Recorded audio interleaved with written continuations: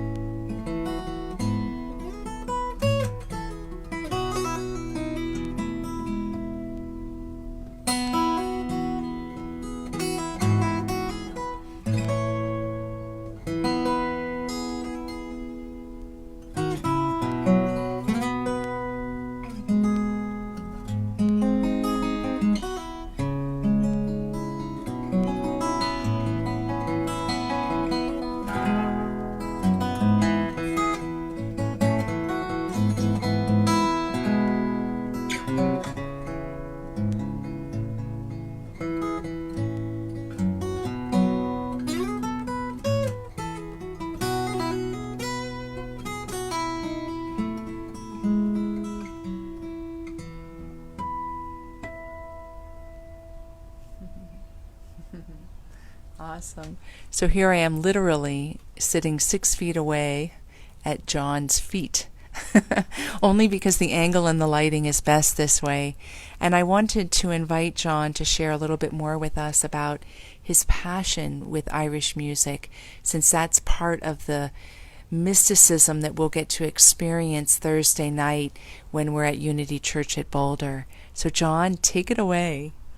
Well, I'm delighted to be here, Kimberly, and just to be playing a little music and sharing a little bit about this music that I play and love.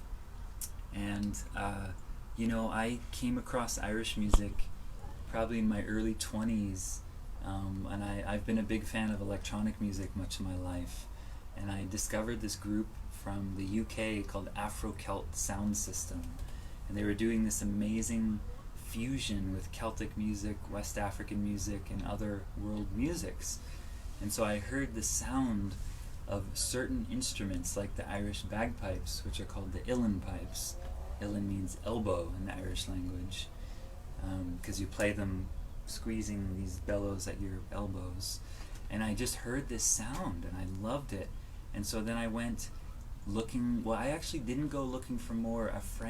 Dear friend in New Jersey, gave me a CD from a well-known Irish record label, and I just discovered a wealth of artists that I began to love and hear their music. I heard the sounds of guitar and fiddle playing together for the first time.